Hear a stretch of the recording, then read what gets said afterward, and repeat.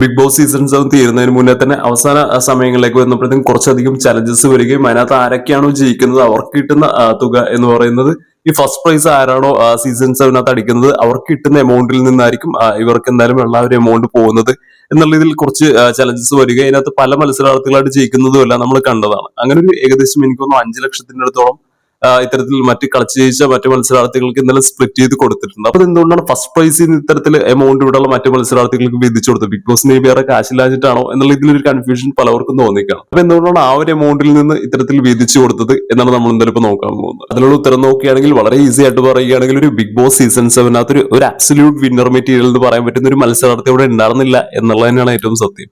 അതായത് എനിക്കറിയാം ഏറ്റവും കൂടുതൽ ഫാൻ ബേസ് ഉള്ള ഈ പറയുന്ന അനുമോളായിക്കോട്ടെ, വിജയിച്ച അനുമോളായിക്കോട്ടെ, അല്ലെങ്കിൽ അതിനേക്കാളും കൂടുതൽ എനിക്ക് തോന്നുന്നു ഒരു സാധാരണക്കാർക്കിടയിൽ നല്ല രീതിയിലൊരു ഫാൻ ബേസ് ഉണ്ടാക്കിയെടുക്കാൻ പറ്റിയ അനീഷിനാണെന്ന് തോന്നുന്നു. അപ്പൊ ഈ അനീഷിന്റെ കാര്യമായിക്കോട്ടെ, അല്ലെങ്കിൽ ഷാനവാസ് ആയിക്കോട്ടെ, നെവിൻ ആയിക്കോട്ടെ, ഇവരെല്ലാവരും നോക്കുകയാണെങ്കിൽ ഒരു പക്ക ഒരു വിന്നർ മെറ്റീരിയൽ ഒന്നും അല്ല എന്നുള്ള ഒരു സത്യം നമ്മൾ എന്തായാലും മനസ്സിലാക്കണം. ഈ അനുമോളുടെ ഒരു കാര്യം നമുക്കറിയാം, ജയിച്ചതിന് ശേഷം ആ ഒരു ജയം പോലും അനുമോൾക്ക് എന്തായാലും നല്ല രീതിയിൽ എൻജോയ് ചെയ്യാൻ പറ്റുന്നുണ്ടോ എന്ന് എനിക്കറിയില്ല. ഈ പറയുന്ന ഫിനാൻഷ്യലി പറയുന്ന ലാഭവും കാര്യങ്ങളും എല്ലാം ഉണ്ടായി, എമൗണ്ട് ഒക്കെ കിട്ടിയെന്ന് പറഞ്ഞാൽ പോലും ആൾക്കാർ പറയുന്നത് എന്താണ്, ഒരു PR ബലത്തിൽ മാത്രം ജയിച്ചൊരു വിജയ് എന്നുള്ള രീതിയിലാണ് എന്തായാലും അനുമോൾ അറിയപ്പെടുന്നത്. അതായത് ഈ ട്രോൾസ് ആയിക്കോട്ടെ, അല്ലെങ്കിൽ ഈ പറയുന്ന മറ്റാൾക്കാരുടെ സംസാരങ്ങളായിക്കോട്ടെ, ഇതെല്ലാം അനുമോൾക്കൊരു സപ്പോർട്ട് ചെയ്യുന്ന രീതിയിലല്ല വരുന്നത്. എല്ലാവരും പറയുന്ന അനീഷായിരുന്നു ജയിക്കേണ്ടത്, പക്ഷെ ഇവിടെ PR ആണ് ജയിച്ചത്, അതുകൊണ്ടാണ് അനുമോൾ ജയിച്ചത് എന്നുള്ള ഇതിലൊക്കെ പറയുന്നുണ്ട്. പിന്നെ ഷാനവാസിന് വേണ്ടി, അക്ബറിന് വേണ്ടി, നെവിന് വേണ്ടി എല്ലാവർക്കും വേണ്ടിയുള്ള ഒരു സപ്പോർട്ട് നമ്മൾ കാണുന്നുണ്ടല്ലോ. ഈ പറയുന്ന സോഷ്യൽ മീഡിയ പ്ലാറ്റ്ഫോംസിലൂടെ ഇത്തരത്തിൽ വീഡിയോസ് ആയിക്കോട്ടെ, പോസ്റ്റുകളായിക്കോട്ടെ, ഇവർക്ക് വേണ്ടിയുള്ള സപ്പോർട്ടുകൾ അവിടെ ഇവിടങ്ങളിലായിട്ട് നമ്മൾ എന്തായാലും കാണുന്നുണ്ട്. പക്ഷെ ഇതിന്റെ ഒരു ബേസ് നമ്മൾ നോക്കുകയാണെങ്കിൽ, ഇപ്പൊ ഒരു എക്സാമ്പിൾ ഇപ്പൊ ഒരു നെവിൻ എടുക്കുകയാണെങ്കിൽ, നെവിൻ ഒരു നല്ലൊരു മത്സരാർത്ഥി ആയിരുന്നു എന്ന് വെച്ചിട്ടുണ്ടെങ്കിൽ ഉറപ്പായിട്ടും നല്ലൊരു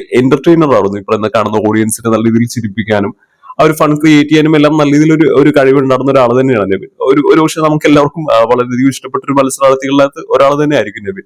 ഉറപ്പായിട്ടും ഈ ഒരു ബിഗ് ബോസ് ഷോക്കകത്ത് നമുക്കറിയാമോ കൂടുതൽ ഈ പറയുന്ന പ്രശ്നങ്ങളാണ്, അടിപിടി പ്രശ്നങ്ങളൊക്കെയാണ് എപ്പോഴും നടന്നുകൊണ്ടിരിക്കുന്നത്, കോലാഹലങ്ങളാണ്, ശബ്ദവും കാര്യങ്ങളൊക്കെയാണ്. അപ്പൊ ഈ വയലൻസിനിടയിൽ ഇത്തരത്തിലൊരു കോമഡിയും കാര്യങ്ങളൊക്കെ വർക്ക്ഔട്ട് ആകുമ്പോഴത്തേക്കും നമുക്ക് അതിനോട് ഒരു കൂടുതലൊരു ഇഷ്ടം തോന്നുകയും ഒരു റിലാക്സേഷൻ ആണ് ഇത്തരത്തിലുള്ള ഓരോ മത്സരാർത്ഥികൾ വരുമ്പോഴത്തേക്കും. സോ അപ്പൊ ആ രീതിയിൽ നെവിന്റെ ഒരു സ്പേസ് തുടക്കം മുതലേ തന്നെ ഈ സീസൺ 7 എന്തായാലും നേടിയെടുത്തിരുന്നു. അതിപ്പോ അവസാന സമയങ്ങളിലേക്ക് വരുമ്പോഴും നല്ല രീതിയിൽ തന്നെ വർക്ക്ഔട്ട് ആവുകയും നല്ല രീതിയിൽ ആൾക്കാരെ ചിരിപ്പിക്കുകയും കാര്യങ്ങളും എല്ലാം ചെയ്തിരുന്നത് തന്നെയാണ്. പക്ഷെ ഒരു വിന്നർ മെറ്റീരിയൽ ആണോ നമ്മൾ നോക്കിയാൽ നമുക്കറിയാം ഒരിക്കലും ഒരു വിന്നർ മെറ്റീരിയൽ ഒന്നും അല്ല. കാര്യം ബിഗ് ബോസ് ഹൗസിനകത്ത് ഉണ്ടായിരുന്ന നെവിൻ എന്ന് പറയുന്ന നല്ലൊരു ലീഡർ കപ്പാസിറ്റി പോലും ഇല്ലാത്ത ഒരാളായിരുന്നു. അതായത് സ്വന്തം കാര്യത്തിന് വേണ്ടി എന്തും ചെയ്യുക, അല്ലെങ്കിൽ മാക്സിമം ഫുഡൊക്കെ എടുത്ത് കഴിക്കുക, അത് മാത്രമാണ് നെവിന്റെ ഒരു ടാർഗറ്റ്. അപ്പൊ ഒരു ഫൺ ക്രിയേറ്റ് ചെയ്യുന്നതിനപ്പുറത്തേക്ക് വിന്നർ മെറ്റീരിയൽ എന്നുള്ള രീതിയിലേക്ക് ഒരു മാറാനൊന്നും നെവിനെ കൊണ്ടൊന്നും പറ്റിയിട്ടുണ്ടായിരുന്നില്ല. അത് ഞാൻ അധികം എക്സ്പ്ലെയിൻ ചെയ്യുന്നില്ല, നിങ്ങൾക്ക് എല്ലാവർക്കും അറിയാവുന്ന ഒരു കാര്യം തന്നെയാണ്. കാര്യം നെവിൻ ആ ഒരു സ്വാർത്ഥമായ രീതിയിൽ കുറച്ച് ഫുഡും കാര്യങ്ങളും കുറച്ച് ഫണ്ണും ആ ഒരു ട്രാക്ക് മാത്രമേ ഉള്ളൂ. അതിനപ്പുറത്തേക്ക് ഒരു ലീഡർ എന്നുള്ള രീതിയിലേക്കോ, അല്ലെങ്കിൽ ഒരു വിന്നർ എന്നുള്ള രീതിയിലേക്കോ, ഒരു ഡോമിനൻസോ, അല്ലെങ്കിൽ ആ ഒരു രീതിയിലേക്കുള്ള ഒരു മാറ്റങ്ങളോ കാര്യങ്ങളൊന്നും നെവിന്റെ സൈഡിൽ നിന്നാലും വന്നിട്ടുണ്ടായിരുന്നില്ല എന്നുള്ള ഒരു പോയിന്റ് തന്നെയാണ്.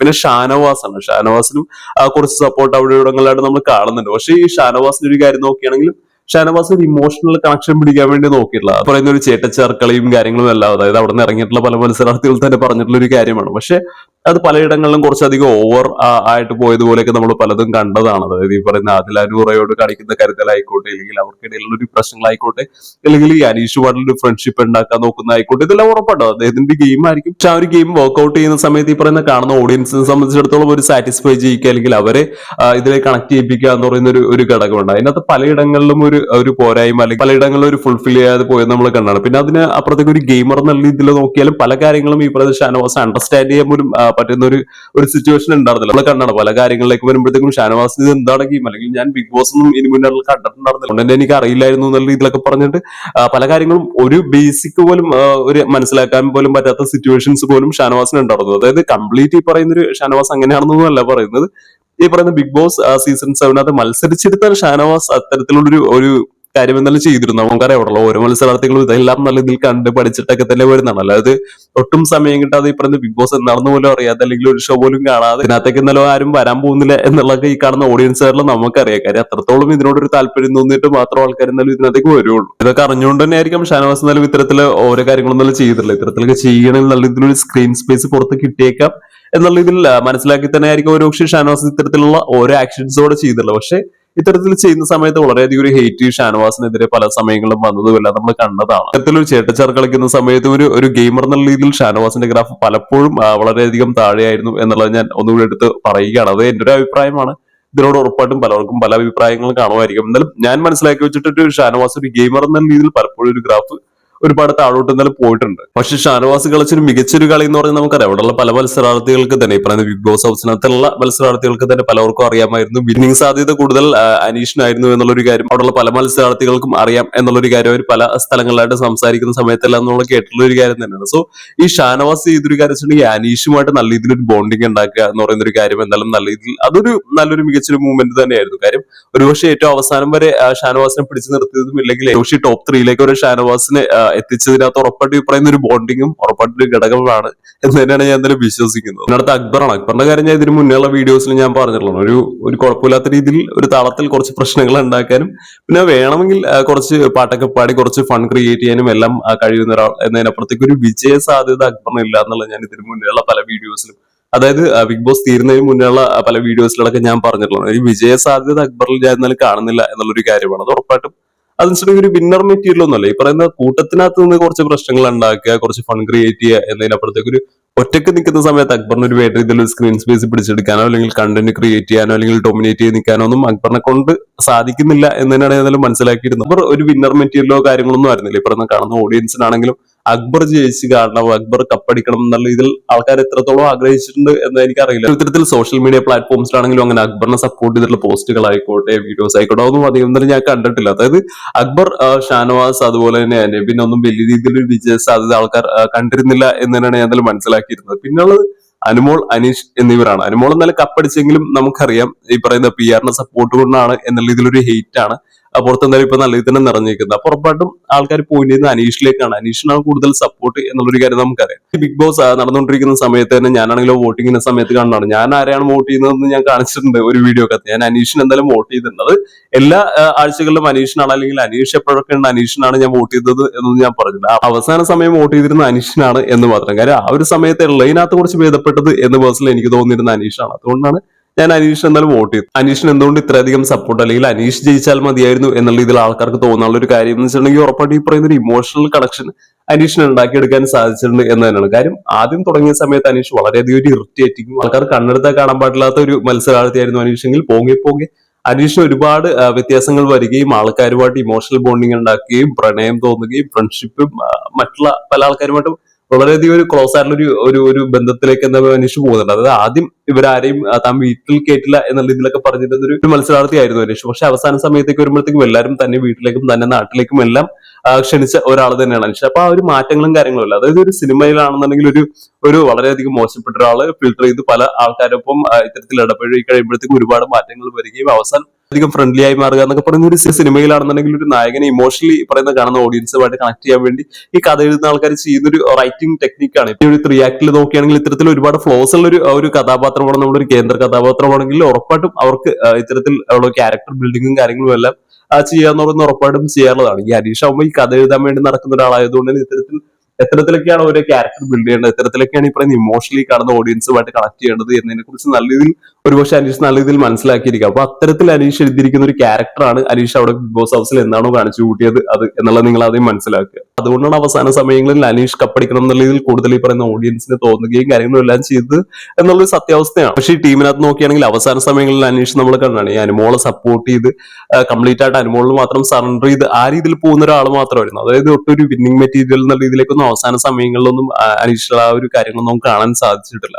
അനീഷ് അനുമോളെ പ്രപ്പോസ് ചെയ്യുന്നതിന് മുന്നേ തന്നെ കുറെ നാളുകളായിട്ട് നമുക്കറിയാം കംപ്ലീറ്റ് ആയിട്ട് അനുമോളെ സപ്പോർട്ട് ചെയ്ത് അവിടെ തന്നെ പല മത്സരാർത്ഥികളും വിളിച്ചിരുന്നത് ഡിങ്കനെത്തി അനുമോളെ രക്ഷിക്കാൻ എന്നുള്ള രീതിയിലൊക്കെ പറഞ്ഞു. എനിക്കൊന്ന് അക്ബറാണ് പറഞ്ഞതെന്ന് തോന്നുന്നു. അതായത് അനുമോൾ എന്തെങ്കിലും പ്രശ്നം വരുന്ന സമയത്ത് അനീഷ് വരികയും അനുമോളെ സപ്പോർട്ട് ചെയ്യുന്നതും എല്ലാം ഒരു പരിധി കഴിഞ്ഞപ്പോഴത്തേക്കും വളരെയധികം ആ ഒരു കംപ്ലീറ്റ് ആയിട്ട് അനുമോളിലേക്ക് മാത്രം സറണ്ടർ ചെയ്ത് പോകുന്ന അനീഷിനെയാണ് നമ്മൾ കണ്ടത്. അതായത് ബിഗ് ബോസ് സീസൺ 7 തുടക്ക സമയങ്ങളിൽ നോക്കിയാൽ ആര്യന്റെ ഒരു കേസ് നോക്കുകയാണെങ്കിൽ ആര്യൻ കംപ്ലീറ്റ് ആയിട്ട് ജിസൈലിന്റെ അണ്ടറിലായിരുന്നു. അതായത് ജിസൈൽ പോയതിനു ശേഷമാണ് ആര്യൻ കുറച്ചൊരു നല്ല രീതിയിൽ ആക്റ്റീവ് ആകാൻ തുടങ്ങിയത്. ഈ പറയുന്ന ആര്യനെതിരെയുള്ള ഒരു ഹെയ്റ്റ് ഒക്കെ മാറിയിട്ട് ആര്യനോട് ഒരു സപ്പോർട്ടും ആര്യനോട് ഒരു ഇഷ്ടവും കാര്യങ്ങളും എല്ലാം ഈ പറയുന്ന കാണുന്ന ഓഡിയൻസ് തോന്നി തുടങ്ങിയത് ഏകദേശം ഈ ജിസയിൽ ഔട്ടായതിനു ശേഷമാണ്. അതേ കാര്യമാണ് ഈ അവസാന സമയത്തേക്ക് വന്നപ്പോഴത്തേക്കും അനീഷ് എന്ന് പറയുന്ന മത്സരാർത്ഥിക്കും സംഭവിച്ചിട്ടുള്ളത്. അതായത് അത്രയും നാൾ ഒറ്റക്ക് നിന്ന് ആക്റ്റീവായിട്ട് കളിച്ച ഒരാള് അവസാന സമയപ്പോഴത്തേക്കും ഒരാൾക്ക് കീഴെ പോയിട്ട് അയാൾ എന്തൊക്കെ ചെയ്താലും അയാളെ സപ്പോർട്ട് ചെയ്യുക, അയാളെ പ്രശ്നങ്ങളിൽ നിന്ന് ഒഴിവാക്കുക, മാക്സിമം ആ രീതിയിൽ ഒരാളെ മാത്രം സപ്പോർട്ട് ചെയ്ത് ഒരു ആര്യൻ ആദ്യം എന്താണോ സംഭവിച്ചിരുന്നത് അതാണ് അനീഷിന് അവസാന സമയത്തേക്ക് സംഭവിച്ചു പോയത്. അപ്പൊ അങ്ങനത്തെ കുറച്ച് കാര്യങ്ങളൊക്കെ ഒന്ന് മാറ്റിയിരുന്നെങ്കിൽ കുറച്ചും കൂടി അനീഷിന്റെ ഗ്രാഫ് മുകളിലേക്ക് പോയാനെ എന്നാണ് എനിക്ക് എന്തായാലും തോന്നിയത്. അപ്പൊ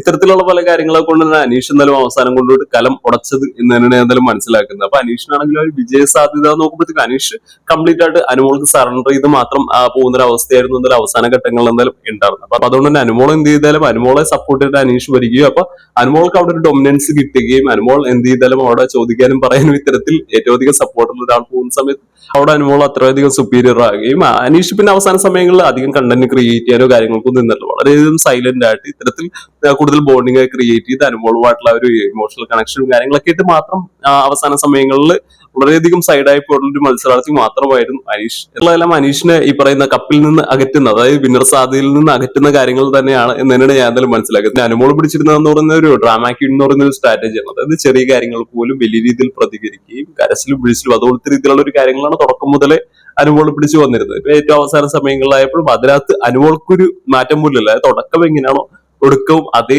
രീതിയിൽ തന്നെയാണ്, അല്ലെങ്കിൽ അതേ സ്ട്രാറ്റജി തന്നെ കറക്റ്റ് ആയിട്ട് പിടിച്ചു പോകുന്ന ഒരാൾ തന്നെയാണ് അനുമോൾ. ഒരു എക്സ്ട്രീം ലെവലിൽ നിന്നുള്ള ഒരു ഡ്രാമയാണ് അനുമോൾ കളിച്ചിട്ടുള്ളത് എന്നുള്ള ഇതിന് മുന്നുള്ള വീഡിയോസിൽ ഞാൻ പറഞ്ഞിട്ടുള്ളതാണ്. കറക്റ്റ് ആയിട്ട് അതേ ലെവലിൽ തന്നെ പിടിച്ചിട്ട് തുടക്കം എങ്ങനെയായിരുന്നു ഒടുക്കം അതേ പോയിന്റിൽ തന്നെ വെച്ചിട്ട് ക്ലോസ് ചെയ്യാൻ അനുമോൾക്ക് എന്തായാലും സാധിച്ചിട്ടുണ്ട്. അതുകൊണ്ട് തന്നെ അനുമോളോട് ഇഷ്ടം തോന്നിയവർക്ക് എന്തായാലും അവസാന സമയപ്പോഴത്തേക്ക് ഒരു ഹെയ്റ്റോ കാര്യങ്ങളൊന്നും തോന്നാനുള്ള സാധ്യതയില്ല. കാര്യം അതേ ഒരു ലൈൻ തന്നെ പിടിച്ചിട്ട് തന്നെയാണ് അനുമോൾ എന്തായാലും അവസാന സമയം വരെ എന്തായാലും പോയിട്ടുള്ളത്. പിന്നെ ഈ പറയുന്ന പ്രണയം നിരസിക്കുക അല്ലെങ്കിൽ ഒരാളോട് ഇഷ്ടം തോന്നാതിരിക്കുക എന്നൊക്കെ പറയുന്ന ഓരോരുത്തരുടെ പേഴ്സണൽ ചോയ്സ് ആണ്. അതിനകത്ത് ഈ പറയുന്നത് കാണുന്ന ഓഡിയൻസിനൊന്നും പറയാൻ പറ്റില്ല. ഈ പറയുന്ന അനീഷിനോട് പ്രണയം തോന്നില്ല എന്നോട് നമുക്ക് അനുമോളെ കുറ്റം പറയാനൊന്നും പറ്റില്ല. കംപ്ലീറ്റ് ആയിട്ട് അനുമോളുടെ മാത്രം തീരുമാനമാണ്. പക്ഷെ അനുമോൾ അങ്ങനെ ഭയങ്കരമായിട്ട് ഒരു വിജയ സാധ്യതയുള്ള ഒരു മത്സരാർത്ഥി ആയിരുന്നു എന്ന് ചോദിച്ചു കഴിഞ്ഞാൽ ഉറപ്പായിട്ടും അല്ല. കാര്യം അനുമോൾക്ക് അനുമോളെ ഒരുപാട് പോരായ്മകളും കാര്യങ്ങളും എല്ലാം ഉണ്ട്. പക്ഷെ എങ്കിൽ പോലും ഈ പറയുന്ന മറ്റു മത്സരാർത്ഥികളെ വെച്ച് നോക്കുന്ന സമയത്ത് അനുമോളുടെ ഒരു സ്ട്രാറ്റജി തുടക്കം മുതൽ എങ്ങനെയായിരുന്നു പ്ലാൻ ചെയ്യുന്നത് അത് കറക്റ്റ് ആയിട്ട് വർക്ക്ഔട്ട് ചെയ്യുകയും അവിടെ ഏറ്റവും അധികം ഫാൻ ബേസ് ഉണ്ടായിരുന്ന അനീഷ് വരെ അനുമോളെ പ്രപ്പോസ് ചെയ്യുന്ന ഒരു സിറ്റുവേഷനിലേക്ക് വരെ എന്തായാലും വരുന്നുണ്ട്. പക്ഷെ എന്തുകൊണ്ട് കപ്പടിച്ചു എന്നതിലേക്ക് എന്തായാലും ഞാൻ പോകുന്നില്ല. കാരണം അതൊരു വലിയൊരു ക്വസ്റ്റ്യൻ ആണ്. അതിനകത്ത് പറയുന്നത് നമ്മൾ പല സൈഡിൽ നിന്നും സംസാരിച്ചു തുടങ്ങേണ്ടതായിട്ട് വരും. പക്ഷെ ഞാൻ പറഞ്ഞു വരികയാണ്, നമ്മളൊരു പോയിന്റ് എന്ന് പറഞ്ഞിട്ടുണ്ടെങ്കിൽ ഇതിനകത്ത് ആരും വലിയ രീതിയിലൊരു വിജയ സാധ്യത, അതായത് ഇവർ ഉറപ്പായിട്ട് കപ്പടിച്ചിരിക്കും അല്ലെങ്കിൽ ഇവർക്ക് വേണ്ടി തന്നെ ഉള്ളതാണ് ഈ ഒരു കപ്പ് എന്നുള്ള രീതിയിലൊന്നും നമുക്ക് തോന്നുന്ന രീതിയിലേക്കൊന്നും ഈ പറയുന്ന ഒരു മത്സരാർത്ഥികളും എലിജിബിൾ ആയിരുന്നില്ല എന്നാണ് ഞാൻ എന്തായാലും മനസ്സിലാക്കുന്ന ഒരു കാര്യം. അപ്പൊ അതുകൊണ്ട് തന്നെ ഇതിനകത്തൊരു പങ്ക് ഈ പറയുന്ന മറ്റു മത്സരാർത്ഥികളിലേക്ക് പോകുന്നതിനകത്തും യാതൊരു തെറ്റുമില്ല എന്ന് ബിഗ് ബോസ് മനസ്സിലാക്കിയത് കൊണ്ട് തന്നെ ആയിരിക്കും ഏറ്റവും അവസാനം ഇത്തരത്തിലുള്ള ഒരു ചാലഞ്ചസ് സെറ്റ് ചെയ്യുകയും അവിടെ മറ്റു മത്സരാർത്ഥികൾക്കും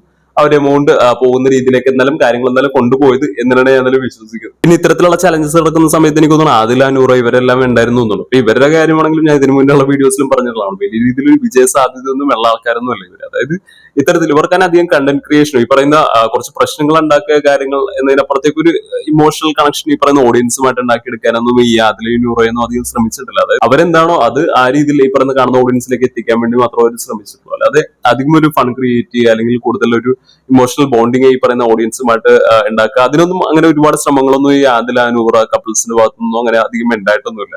അപ്പൊ എന്തായാലും ഇത്തരത്തിലൊക്കെയാണ്. അപ്പൊ ഇതാണ് പ്രധാനപ്പെട്ട കാര്യം എന്ന് തന്നെയാണ് മനസ്സിലാക്കുന്നത്. അതായത് വേണ്ട രീതിയിൽ എലിജിബിൾ ആയിട്ടുള്ള ഇവരെന്തായാലും ഉറപ്പായിട്ടും കപ്പടിച്ചിരിക്കും എന്നുള്ള രീതിയിൽ നമുക്ക് 100% പറയാൻ പറ്റുന്ന ഒരു മത്സരാർത്ഥി പോലും ഈ പറയുന്ന സീസൺ 7 അവസാന സമയങ്ങളിൽ ഉണ്ടായിരുന്നില്ല. അങ്ങനെയാണ് ഈ ഒരു എമൗണ്ട് ഇത്തരത്തിൽ സ്പ്ലിറ്റ് ചെയ്ത് കൊടുക്കാനുള്ള പ്രധാനപ്പെട്ട ഒരു കാരണമായത് എന്ന് തന്നെയാണ് ഞാൻ എന്തായാലും മനസ്സിലാക്കുന്നത്. അപ്പൊ നിങ്ങളുടെ ഒരു അഭിപ്രായം എന്താണെന്ന് ജസ്റ്റ് ഒന്ന് കമന്റ് ചെയ്യുക.